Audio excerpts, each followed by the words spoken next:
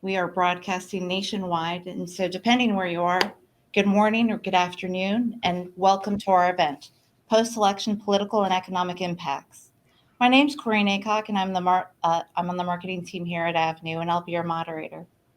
For 40 years, Avenue has served state and local governments, and we've built a client base that's 3,000 jurisdictions strong today, giving us an understanding of what's weighing on the minds of government leaders, especially now that midterms are over, which is what's next.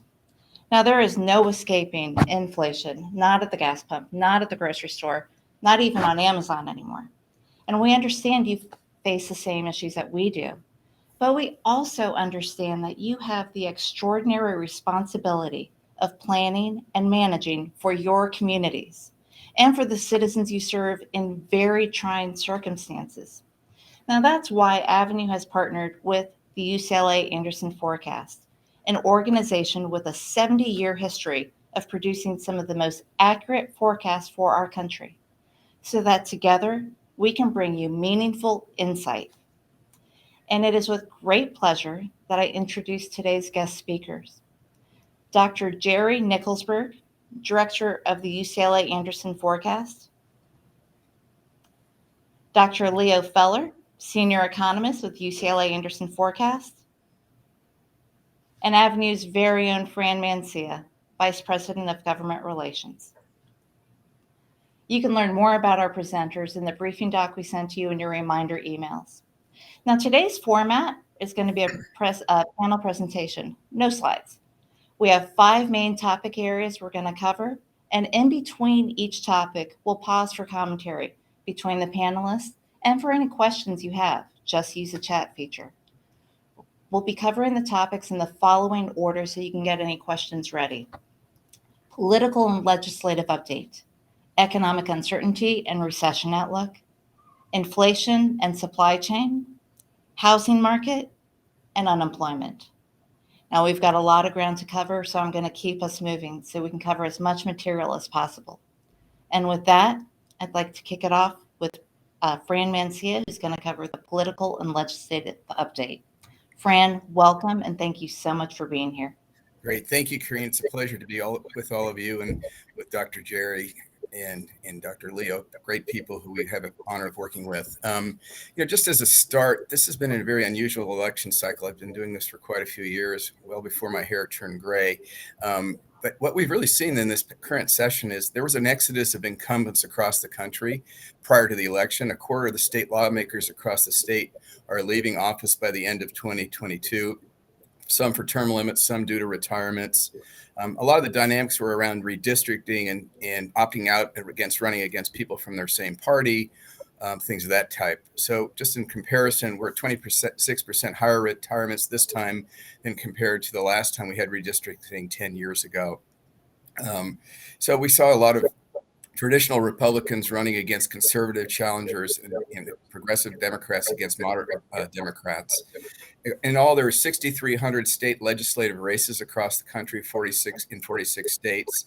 And so we're going to have a lot of new changes going forward. So then the question really becomes, will this lead to a change in public policy? And that's yet to be determined, obviously. Dynamics and control in the House and Senate are very important. We've seen the election results, even as of last night and this morning, we're seeing some of the final seats coming through. So what I feel, it's really going to come down to a willingness to compromise and work across the aisle, both in state houses and at the federal level. And that's really going to determine if anything significant is going to be passed into law. So just, some of the key issues I'm sure we're well aware, but it's important to talk about: the right to choose, the ability to set election rules at the state level, ability to raise or lower taxes, then determining what could be taught in public schools were major issues at the state level. Key constituent concerns, I think we're all aware, certainly the economy, cost of living, the right to choose, and democracy. What's the future of democracy as a whole? So just as a perspective, this was also the most expensive election in our history. $16.7 billion were spent at the state and federal level. This is double the amount that was spent, for perspective, in 2010. It's fascinating. Of this, $1.1 billion came from a small group of individual donors, both from the Democratic and Republican candidates. So some small groups of very wealthy people had a major impact on the contributions. So how does the state power look? Republicans have the majority in 23 states, Democrats the majority in 17. The full control before the pre-election, Republicans had 23 and the Democrats 14, and 13 houses are divided. That hasn't really changed in this election, just to share that. So the state levels are pretty evenly distributed. What we did see were 3 houses went from red to blue. The Michigan House and Senate went from red to blue, as did the Minnesota Senate. However, in 2021, the Virginia House turned GOP. So at the end of the day, it's not so much a shift from R's to D's, but rather a further consolidation under single party rule across the country. So at the end of the day, what do the results tell us? And in my view, it simply comes down to democracy was on the ballot and it won. The nation was not as polarized as many people thought, but we're certainly divided in viewpoints. Results were also more balanced than pundits predicted. The red wave didn't materialize, but voter turnout was much higher than predicted. And I think key groups that really came out that people weren't expecting, or perhaps were, but were not factoring in, were women and Gen Xers really came out in full force. In 2022, had the highest young voter turnout in the past 30 years. And in the battleground states of Pennsylvania, Michigan, and Nevada, the 18 to 29-year-old voters came out 31%, and that's double what they did in 2018. So, but the groups that are 30 to 44 split votes evenly between Democrats and Republicans, and people over 45 years old tended to lean Republican. So those are major things to talk about and consider, see where this takes us. But what I think really matters is balance, cooperation, a sense of respect for divergent views. I think will be major plays in there. And there are some good signs that for collaboration in the legislature. Senator Lindsey Graham from South Carolina, Senator Elizabeth Warren from Massachusetts, both on the polar opposite sides of the political spectrum in terms of views, are working together on a bill to regulate social media reform. There's a lot of concern about social media giving too much power to the fringes on both the far left and on the far right, and they're having potential impacts on society. So we're seeing some potential workings of people who normally wouldn't be considered collaborative. Senator Graham also stated the other day that we have a divided government. Maybe we can do something with it. I think that's an important statement. So what does all this mean for the economy in terms of inflation and recessions? And I'm hopeful that stability and moderation will help and matter as we go forward. So we'll see where that goes, and we'll sense it from there. So at this point, I think I'd like to turn it back over to Corrine, but it's been a very interesting dynamic. The last thing I'll say is the political spectrum is not over. It's going to continue to change in the coming days, but I'm optimistic that things can work together. But I think we'll be working on smaller issues, maybe around prescription drug prices or the economy, things of that nature. The bigger issues that are more controversial are going to take some time to settle down, and then we'll see how the leadership shakes out in the House and the Senate at the federal level. So with that, Corrine, I'll send it back to you. Thank you. All right. Well, thank you, Fran. Actually, why don't we all go on the screen on this one? But I do have a couple of questions for you. I love how you said democracy is on the ballot. I think that captured and sums up things very well. There seems to have been a return to honorably conceding this time around, or am I wrong? Is that trending back? Is that do you see that as well? Yeah, that's a great question. I'm hopeful that will be the case. It was interesting to see some concession speeches were very graceful, and people are accepting the results, which I think is important. That's certainly not to say that there isn't issues around some elections that need to be looked at carefully. I think democracy has always worked on a base of respect in general in the past, and the rhetoric has been turned down a bit for now, but that can certainly switch. But I am hopeful that we're on a good trajectory in that regard. All right, and then one other question for you, and then I'm going to give Leo and Jerry a chance to ask anything if they'd like to. Does the legislator have the ability to impact positive change to the economy? Yes, I think they do. And I think the voters expect them to work together and collaborate, which is sort of the basis of what I've been speaking about. But they really want them to work on things like financial stability, job opportunities, health and housing, creating things that better the life of our citizenry, and perhaps set the rhetoric aside. Those are things we can work on over time. But let's get to work right now on things that really matter and have a direct impact on people's lives. And I think the outcome of the elections sort of dictated that. All right. All right. I'm actually going to keep us moving so we're on target to get to all of our topics. So thank you very much. Next Sure. up is Jerry, who's going to talk to us about economic uncertainty in these current times and the recession outlook. Are we in one? Is one coming? Can we avoid it? So thank you, Jerry. Thanks for being here. Thank you, Corinne. And it is a pleasure to be here with our friends at Avenue. Always a pleasure. So there are two topics that you sent over to me. One is uncertainty and the other is recession. And I think it's worthwhile to start with uncertainty. Why is there so much uncertainty today? And why is that different from, say, the recent past, or as we were looking at and trying to forecast whether or not there was going to be a recession in other times? And the answer to that question is that we are still on the way out of the 2020 recession, which was a pandemic-induced recession. And we haven't had one of those since 1919, or from the period 1919 through 2022. And that was 100 years ago, a very different economy. And we didn't have the kinds of data resources that we have today. So we're receiving a lot of data. The data is somewhat mixed, but does suggest that, at least for the moment, we're in a strong economy. But we have to be really careful with that data and try and understand what's going on with the data. What is it telling us? What is it not telling us? Because it's data on something that's different than what we've seen in certainly in the last 50 years. And that's where we get all of this uncertainty about what is going to happen next with the economy. So the question about recession, I think it's useful because there's a lot of talk and it really is a lot of opinion about, were we in a recession? Are we in a recession? Will we be in one? A recession is about a contraction in economic activity. It is idle labor, people being laid off and not working. And it is about idle capital, companies scaling back, but scaling back in such a way that some of the equipment and software that they have is not being utilized. And if you look at the first 9 months of 2022, you don't see any of that.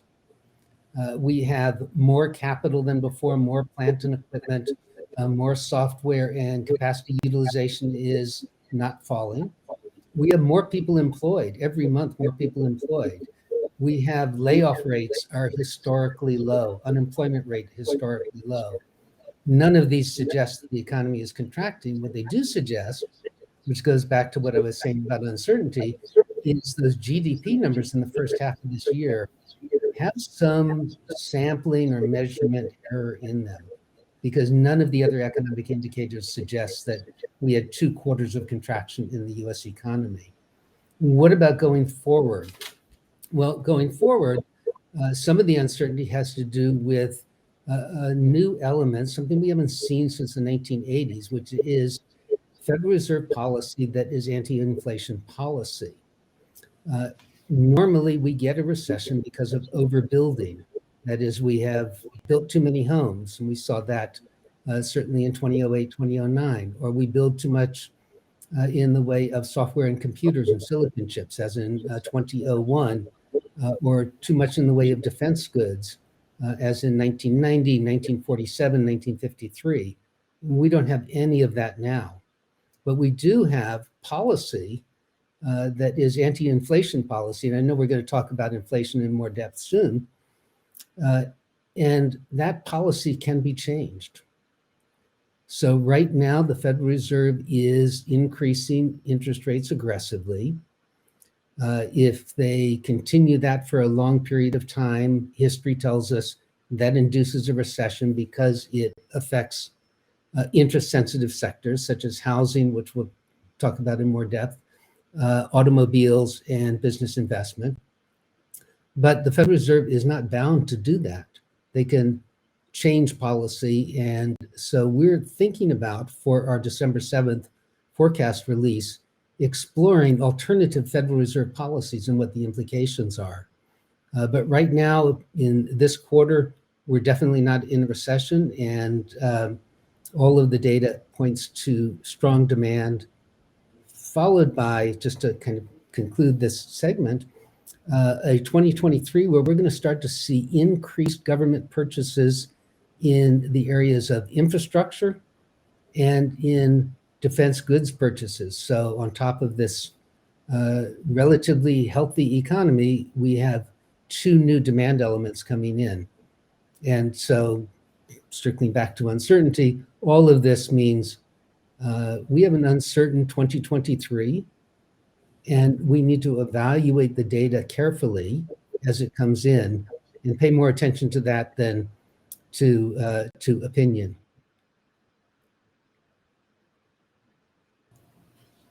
So Thank you very much. You. Making sure we don't have any audio issues. Thank you very much, Jerry. So we're going to come back. I've got a couple of questions for you. In your experience, have you seen this much uncertainty before in the past? Have you, and if so, when have you seen a period like this? So in my experience, the answer is no. Okay. This is really is uncharted territory. And I didn't speak about the international uncertainty, which is even greater than domestic uncertainty and geopolitical uncertainty. But if you go back to the period from 1914 to 1925, you see a world that is in turmoil and an economy that's in turmoil. And there you do see that kind of uncertainty, even though it's a very different world from today. So that's we haven't seen this in any of our lifetimes, unless there's someone on the webinar that's over 100 years old. Thank you. And then, are there signs in the economic data that remote work is redistributing taxable income between states and local jurisdictions? Well, so this is an interesting question, and I would say that the jury is still out, but here is what we're seeing. In 2020, when people were told you can work from anywhere for the next year, they decided to work from anywhere in some nice places. Now, managers are seeing that there is a real benefit to being in the office, to having that collaborative, creative, and cultural experience. And so there is a move towards hybrid work, and a fairly strong move towards hybrid work. And that trend seems to have some legs to it. What that means, to get to the heart of your question, is that, living in Grand Junction, Colorado, and working in Manhattan is probably not going to work.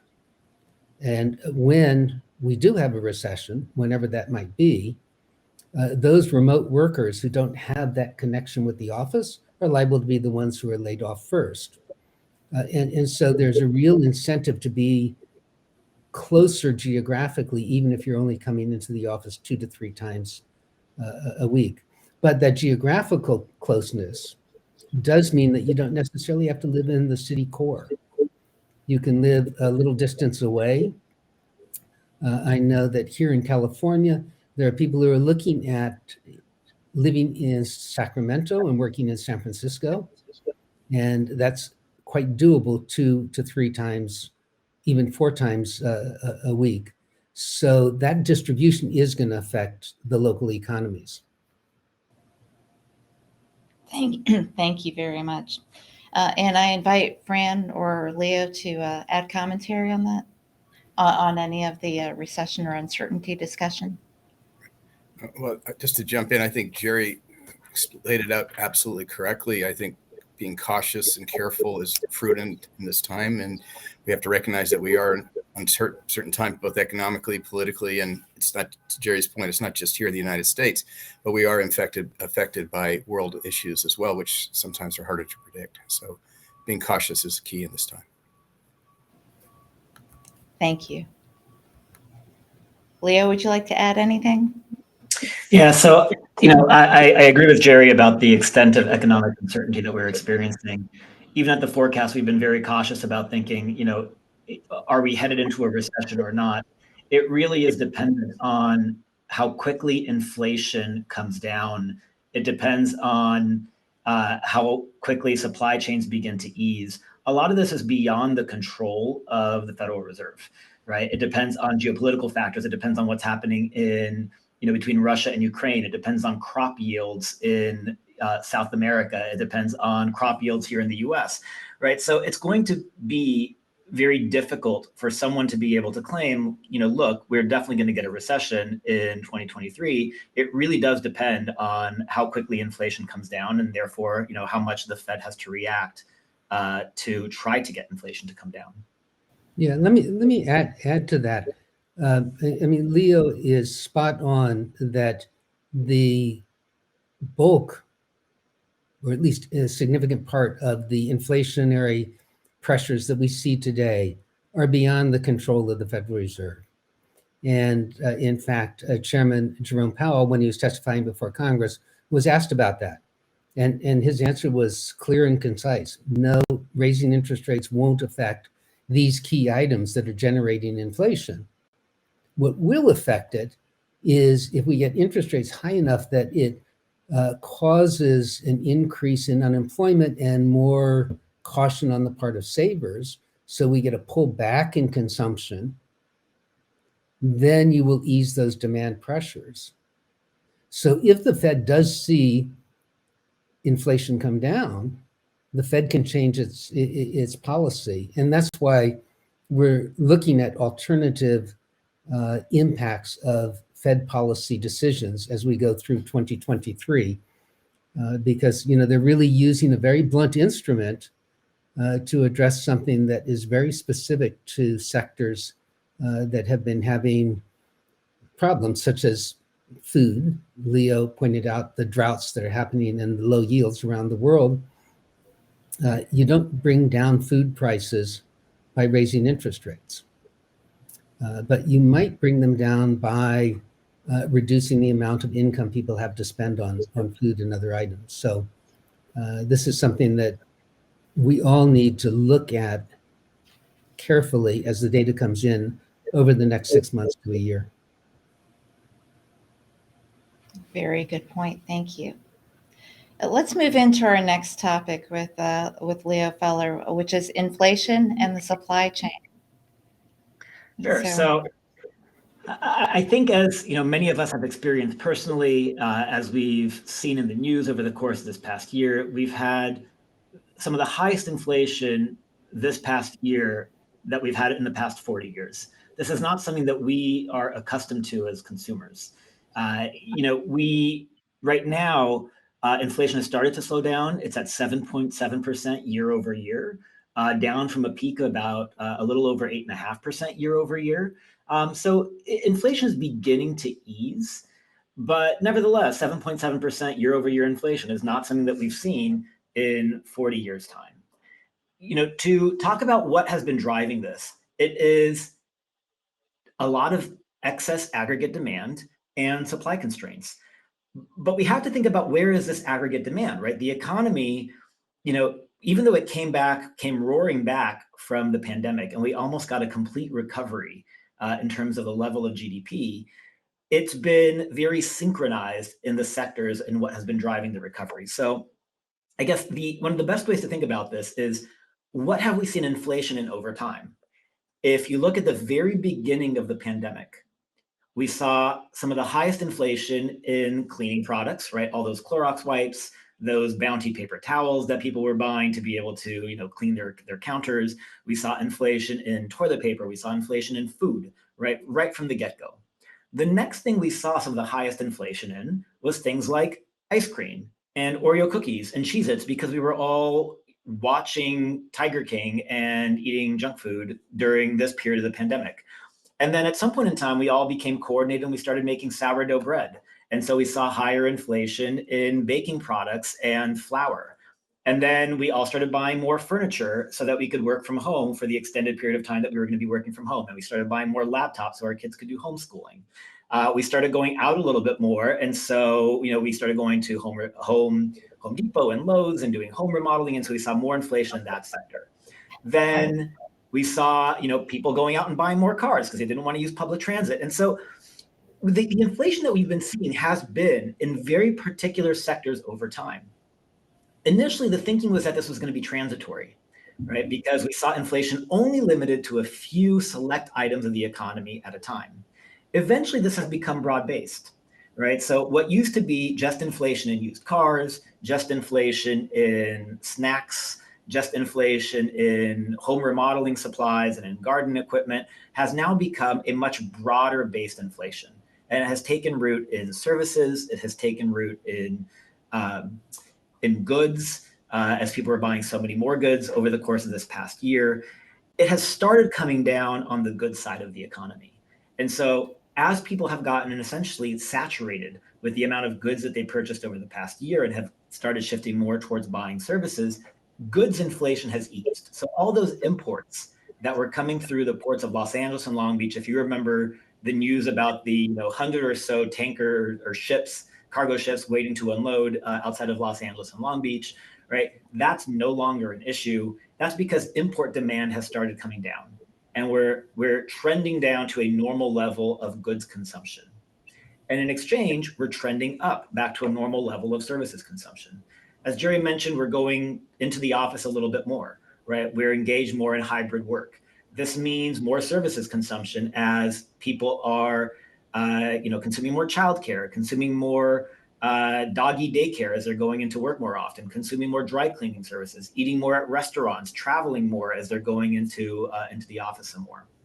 So, collectively, this has led to a shift away from some of that goods inflation, but it has accelerated services inflation, right? One of the things that we've been talking about and we're seeing now is that it's going to be extremely costly to buy plane tickets to go see your family for Thanksgiving and Christmas.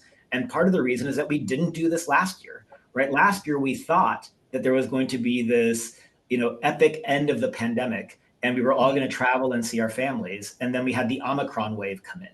And people actually scaled back and canceled a lot of their holiday travel plans. And we even saw in the way that people were purchasing gifts that people, bought fewer gifts to give in person, and they bought more gift cards that they could send to their family members since they weren't actually meeting up in person.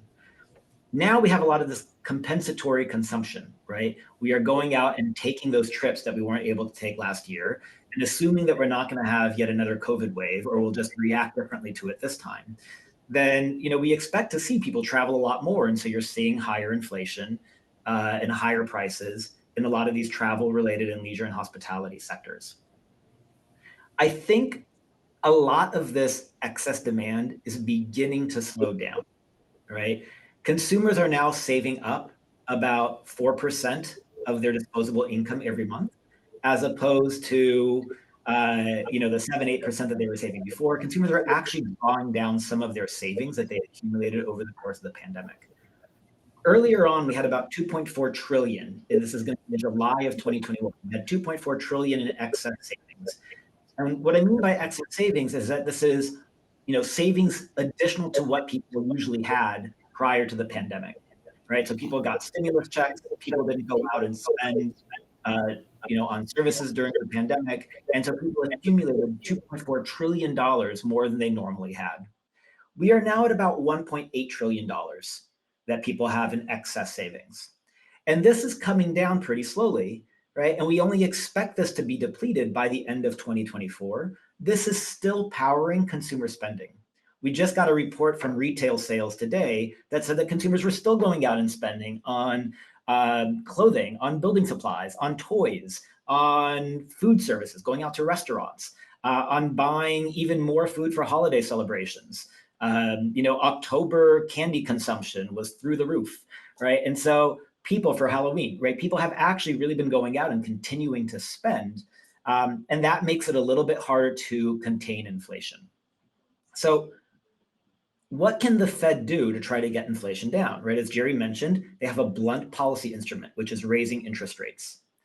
What makes this a little bit more difficult right now is that so few people have variable rate mortgages, and so many homeowners were able to lock in fixed rate sub 3% mortgages that even as the Fed increases interest rates, there's this whole swath of the population that doesn't get affected, right? Their homes are locked in at fixed rate mortgages. Maybe they'll delay buying a car at higher interest rates. Maybe they'll delay their furniture and appliance purchases that they would normally finance. But really, there's a swath of the economy that's going to be fairly comfortable despite increasing interest rates. This falls on people who are renters, right? Because the higher interest rates go, the more difficult it is for you to buy a house, and the more you have to compete for rental apartments. It's more difficult for consumers that have to borrow, right? So if suddenly your car breaks down and you need to go out a new car, it's going to be more difficult for you given that interest rates are higher, right? And it's going to fall on people who are going to lose their jobs as businesses cut back on business investment. And so these people become unemployed and they're going to spend less.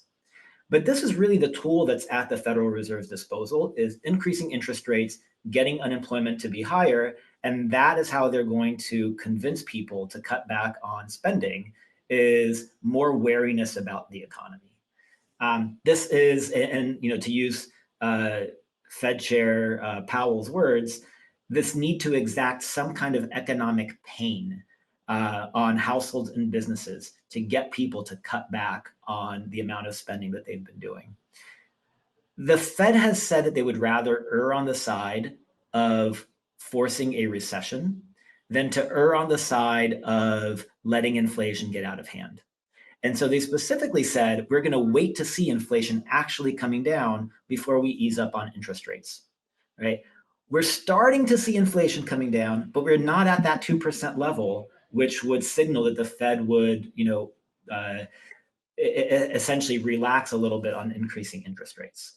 So I think, we still have a ways to go with monetary tightening. It might be the case that a lot of inflation just dissipates as supply chains begin to ease. But we've also seen inflation take root in services, in the service sector, and that's a lot harder. You can't really blame that on supply chain constraints, right? And so we need to see that services component of inflation start coming down. We need to see consumers pull back on some of their retail spending for it to signal that inflation will come down to the point that the Fed will ease off on increasing interest rates. The Fed has said that we probably still have a ways to go. Mary Daly, who's the president of the San Francisco Federal Reserve, and usually one of the most dovish members of the Federal Open Market Committee that sets interest rates, she said today that we probably have another 100 basis points, right, which will get us close to a 5% Federal Reserve terminal interest rate. That means that mortgage rates will probably be above 7%. And so that's the kind of monetary tightening we still will likely get before inflation or before the Fed begins to ease, if inflation doesn't start coming down more quickly. Got it. Thank you. And I apologize. I think we're getting a little bit of feedback with my mic when my mic's on. So, but thank you for taking us through that, Leo. We do have a question. So is there a parallel? Can you talk about any tension with China and how that affects our inflation? Yeah, so I think earlier when we were still doing a lot of this goods consumption, every time China would have some kind of lockdown related to its COVID-0 policy, what would end up happening is that meant even more supply constraints, right? Imports becoming more expensive because we weren't getting that production from China. We are no longer importing quite as much, right? There are some indications perhaps that China is going to ease on its COVID-0 policy, but we haven't seen, too many clear signs that they're going to relax and have kind of the COVID tolerance that we have in the US or in Europe. I think there has been a little bit of a downgrade in some of these tensions with recent conversations between President Biden and President Xi. And we've also seen that US companies are becoming a little bit more risk averse And it's not that they are reshoring production from China to the US, but they are considering, if we are going to expand our factories, where else do we expand so that we are not at risk? And we've seen Apple saying that they're going to expand into India. We've seen companies say that they're going to expand production in the US, right? So a lot of auto manufacturers, semiconductor manufacturing here in the US. And so there is a little bit of a diversification so that we are not as prone to the risk of U.S.-Chinese relationships degrading and that causing potentially higher inflation and more pain for U.S. consumers. Let me add a little bit to that. So the 20th Party Congress just concluded, and in Xi Jinping's very long speech, he said zero COVID policies are working and we're going to continue with them. Though it appears that what is actually happening is in China, eventually there's going to be herd immunity because of the spread of infection. That's going to take time. But what we are also seeing happening in China is really a resiliency of the private sector in China. So as ports close down, there are now workarounds. So when the port of Shanghai closed down for zero COVID, goods were shipped to Ningbo or shipped to the Pearl River Delta and came out. Takes a little bit longer. And we are also seeing companies that are producing in China for export, not for the Chinese market. So that excludes, for example, Tesla and GM that produce for the automobiles for the Chinese market, that they are within China diversifying their production. And so iPhones, which were mostly made in Anhui province, are now going to be made in several provinces so that if the factory is shut down, as it was a couple of weeks ago, Foxconn is going to still be producing those iPhones for export. So there are workarounds. The kicker with respect to China is the reshoring of manufacturing, some of which is being induced by American policy, such as the CHIPS Act. That takes time. You can't build a factory in a day. A factory usually takes about 3 years. Maybe you can accelerate it. We are seeing those factories going up here and elsewhere. Supply chains are really expensive to move. And what it means is that as we look forward into 2024 and 2025, we're going to see price increases on all of those things that are related to decoupling the US economy from these very efficient supply chains that were developed over the previous 25 years. So we do have that kind of price increase, not necessarily overall inflation, but price increase in the future because of the tensions with China. Got it. Thank you very much. This next question, this one's addressed actually to Fran. How can cities stretch their revenue dollars and get value for their spending? It's an important question. In our work with so many cities across the country, I think what we're learning and seeing is cities are very cognizant of what their revenues are, what their rainy day funds are, what their reserves might look like, and already have been very proactive going into this period of time, anticipating having to be careful with how they spend. We're doing a lot of forecasting work with specific cities, looking at their individual city bases and helping them tweak their forecast going forward. And most cities that we work with are definitely taking the conservative view on the monies. I think the key thing we're sharing with them is to be so careful that you're not spending one-time monies, because we've received so much from the stimulus monies, the Recovery Act. Those monies are starting to dissipate, so that becomes part of the question about going forward. So making sure you don't spend this one-time money on ongoing services or programs. That's where many cities can get in trouble. Sticking to fundamentals and prioritizing is the other big key.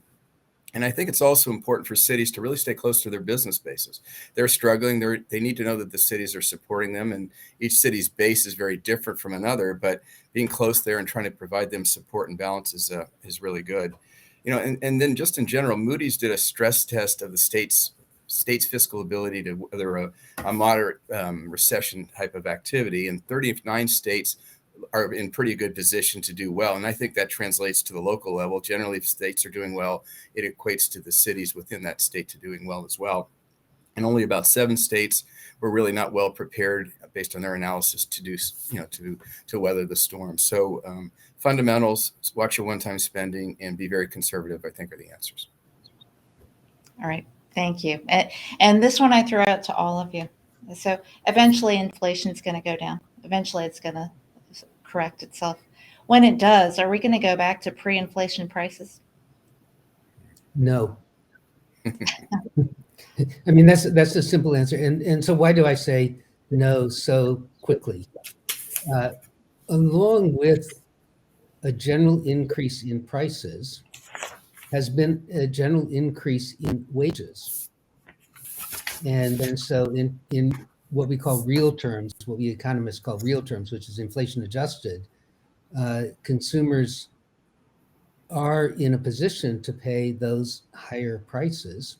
Now, some prices will come down. So, for example, in the new automobile sector, we've seen these premia that have been placed on autos because auto manufacturers have not been able to produce due to a chip shortage. As they start increasing their inventories, we'll see prices come down. In another area that it is possible, but I wouldn't want to speculate it's going to happen, is food. We have had poor harvests in the US, in Northeast Africa, in India, in China, and of course the war in Ukraine has interrupted food supplies. If we get good harvests of grain, then prices will go down. And in that regard, here in California, in Southern California, which everyone thinks of as a desert, there was a 10-year period when there were poor harvests of grain throughout the world, like we're seeing today. And Southern California was the grain belt. But then prices came down, and that ended up collapsing. So we may be, with climate change, in for higher food prices for the long run. But in general, the price level is not going to drop back to 2015. Some goods maybe, others are going to stay high or go higher. That is not what any of us wanted to hear, I am sure, but thank you for that. And I'll remind everyone that you just deliver. You don't make the forecast, you don't make the news, but you're just delivering what's going to happen. So Yeah, I'm just looking at the data. So, Jerry, why don't you take us to our next section, which is the housing market? Sure. So we've been talking about the Federal Reserve having this blunt instrument, interest rates, but it does affect housing. In terms of economic activity, the most important part of housing is the production of new housing. And so higher interest rates make it harder for individuals to buy existing homes.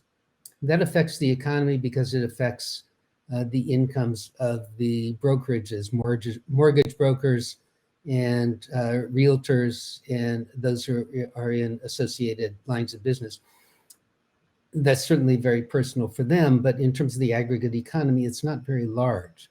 What is large and what is typically associated with recessions is the construction of new homes, and higher interest rates means fewer new homes will be built. As we look across the country, we see that starting to have an impact, but it's really a differential impact depending on where one is. So when we look at the desert Southwest, where or the Basin and Range region, if you will, where many people migrated to during the pandemic and afterwards, and there was a flurry of home building, we're seeing much softer housing markets and a decline in new home production. In some other states where that didn't happen, such as California, we're actually seeing some increase in building, partly due to new laws that make it easier to build duplexes and ADUs. And in Texas, which never really caught up with the migration, we're seeing increases in building. So it's very mixed as you go across the country. But when you add it up across the country, you do get a decline in home building. One aspect of this that is different in some places is the impact of climate change. So we're expecting an increase in building in Florida, for example, unfortunately, and an increase in building in some parts of the West that have been hit with wildfires. Thank you, Jerry. Why don't you bring us back so we can all come and comment on that? So interesting that you said that you're seeing different things across the country, but giving that that overall perspective. So our larger areas like Texas, Arizona, Nevada, Florida, California. Fran, do you have any insight into what's happening in those markets for housing? I think those are the key states. Phoenix and Las Vegas and Austin, we're growing at more rapid paces than other parts of the country. As an example, we saw, right now we feel the markets are overvalued in those areas, and so they're starting to really come down very dramatically. In Phoenix, they're overvalued anywhere from 40 to 50%. And now we're starting to see declines coming back in 20 and 30%. So it's, to Jerry's point, it's very specific areas are having impacts more so than others. But I think places that grew faster are feeling the impacts now. And those communities are also impacted a lot by tourism and entertainment, travel, things of that nature. So they tend to be hit more dramatically. Yeah, in general, housing markets are not going to see the kinds of contractions that we saw in between 2006 and 2010, because we're not overbuilt in homes in most of the country. And that does include places like Phoenix and Austin and Boise. There's a little bit of catch up. There's going to be a little bit of softness in the market, but it's not an implosion like we had before. Correct. All right, thank you. I want to make sure we get to our last topic here, which is unemployment, that Leo's going to take us through. Leo? Sure. So the unemployment rate right now stands at 3.7%. These are pretty near historic lows, right? We've had a fantastic recovery in employment, much faster than many of us thought were going to happen. When we think back to 2020, 2021, we thought it would take us maybe until 2025 until we had a recovery like we've experienced just over the course of this past year and a half. As Jerry mentioned earlier, this is not consistent with us being in a recession, because the labor market over the course of this past year has continued to add workers month after month after month after month. We are starting to see layoffs happen in the tech sector, and this is what's getting a lot of attention, right? You hear about Amazon and Twitter and a lot of these tech companies laying workers off. But importantly, this is not broad-based, right? This is not happening in the retail sector. This is not happening in government. The fact that you are having these job losses in tech also means that other companies are going out and hiring these tech workers. And so we haven't seen initial claims for unemployment shoot up, even as we've heard about layoffs, because the job market is still so tight that a laid off worker in one sector or from one company goes out and finds a job very quickly in that same sector or in an adjacent sector. What this means is that, overall, workers, consumers, have more money to spend. One of the big drivers of the inflation and of the consumption that we continue to see, the resiliency of the consumption that we continue to see, is that people feel pretty confident that they will be able to go out and get a job, right? We've seen the number of job openings still remain pretty elevated. It has come down slightly, but you still have almost 2 job openings for every unemployed worker. And that simply means it's very easy for workers, even as they are being laid off from certain tech jobs, to be able to go out and find a replacement job. The Federal Reserve has actually signaled that the labor market is, as they put it, unhealthily tight. These were their exact words, unhealthily tight. There are too many job openings for the number of workers who are unemployed. And that means that workers have a lot of leverage, right? They can command higher wages. And if they're commanding higher wages, then that is feeding into inflation, because employers are passing on these higher labor costs to consumers. Right now, our view is that, depending on the scenario that we take, a scenario where the Federal Reserve has to keep tightening interest rates because inflation isn't coming down quickly enough, we might get unemployment up to around 5%, right? Or maybe a little bit above 5%. That's one scenario that's consistent with a recession scenario, right? Where the economy has to slow down to such a degree to get people to stop consuming at the extent they have been consuming, that unemployment is going to shoot up, right? The other scenario is that we have, in a way, immaculate disinflation, right? Inflation begins to come down. Not only do supply constraints ease, but a lot of the constraints associated with food production dissipate, and that means that prices begin easing a lot faster. In that scenario, we really don't think that unemployment is going to have to make it all the way up to 5% in order for us to get disinflation, right? And so here we might actually see unemployment go up maybe to the low 4%. But again, in an environment where companies are still aggressively trying to hire and retain workers, and where workers feel pretty confident about whether or not they will have a job 1 year, 2 years from now. And that signals that they can go out and consume things like cars and furniture and buy homes because they feel confident that they can make the payments on these larger purchases. Thank you. So you said unemployment is at 3.7% currently, correct? Right. So, and then the Meta laid off 11,000 people, Twitter 50% of its workforce, and then Amazon just mentioned that they were just announced they were going to cut 10,000 jobs. So do those factor in? Because all those were in the last couple of weeks. So probably was that before the 3.7%? So this will number or no? Likely come in the next employment report that comes out in the beginning of December. But one thing to note is that we have data on initial claims for unemployment. A lot of these workers that are getting laid off from tech companies, first of all, they have severance, right? You're seeing this in Meta announcing, 3 to 6 months of severance pay, right? Twitter announcing 3 to 6 months of severance pay.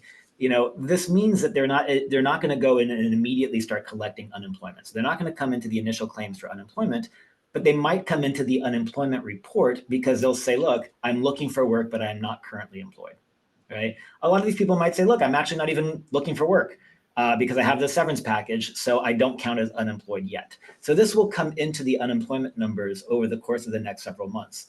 In order to count as unemployed, you actively have to be looking for work. And it might be the case that a lot of these people who were laid off but have severance are going to start looking for work immediately. It might be the case that a lot of these people that were laid off and have severance are going to wait a month or two until after the holidays to start looking for work. This should bring a little bit of an increase to unemployment, but again, the labor market is still so tight that people are, becoming unemployed from Meta and from Twitter, but they are able to find jobs in other tech companies very easily, right? Tech hiring has been incredibly constrained. And it has been these very large players that have been very successful in hiring, right? Amazon, Facebook have dominated hiring over the course of this past year. And so now they're beginning to lay off from the excess of hiring that they did. But there are still several smaller tech companies that weren't able to hire just because this was such a competitive environment. And so I'm not too concerned that this the increased layoffs in tech is going to become this broader contagion that the entire tech sector is laying off, or that because the tech sector is slowing down, other sectors of the economy are going to start slowing down because you still have, even these people that have gotten laid off, they still have severance pay. They still have the ability to consume for several months going forward. And again, the economy is still doing well enough that it's fairly easy to find replacement jobs. And let me add some data to that. I mean, these headlines make good press, but if you add up the numbers and compare that to the number of people who are employed, it doesn't move the needle at all. In the state of California, where not all of these layoffs, but at least some of them are occurring at these large companies, employment in tech has been growing every month. So yes, there are layoffs, it makes headlines, but exactly as Leo said, those folks are just moving into other opportunities. So that's the first. The second is When Amazon says they're going to lay off 10,000 people, that's across the world. And so it's very diffuse. The places where you would expect to see the most impact are going to be the state of Washington and the state of California. And we're not seeing it. So the headlines are interesting, but unless you do see contractions in major sectors, you're really not going to be seeing a big spike in unemployment. So I would be looking at construction workers more than tech workers. And if we start seeing big layoffs of construction workers, which we're not seeing, in fact, our expectation is the opposite. But if we start seeing that because of high interest rates, then you're going to see unemployment rates spike up. What we're seeing in Amazon's going to lay off 10,000 people over this next 6 months. It doesn't move the needle. And interestingly, there's been so much more hiring from the retail side, right? So retailers are expecting still a strong season. So Walmart is hiring more, Costco is hiring more, Macy's is hiring more, right? You're still absorbing, some of this is seasonal, right? But you're still actually getting this impulse from higher retail spending and having these other sectors of the economy pick up. Right, we're still at near record low levels of youth unemployment. This has never been a better time for being a 16 to 19-year-old trying to find a job, because the labor market is just so tight that these jobs are widely available. So we do have to think about this as not just being, what we're seeing is very concentrated in tech. It hasn't spread to things like leisure and hospitality. It hasn't spread to manufacturing. It has not spread to construction. And this is a little bit of our optimism that unemployment is not likely to, skyrocket to, 5-6% anytime soon. Right. And just to add on we've been focusing a lot about the need for quality workers and filling positions on the private side. It's an equally challenging problem on the public sector side as well. Local governments, I know in our work, we're constantly getting asked, do we have any thoughts about people who might be available to help? We're seeing a lot more of an outsourcing type of approach taking place to fill some of those gaps, so employees in cities can be utilized for other tasks. It's a widespread problem. The demand for high quality people is public and private sector, both, very definitely. Well, thank you very much. And that takes us, gentlemen, to the top of the hour. Every time I spend time with each of you, the time just flies by. Thank you so much for your insight and for your energy and for enlightening us all. Always a pleasure to be with you. Thank you. And thank you to our audience for joining in today.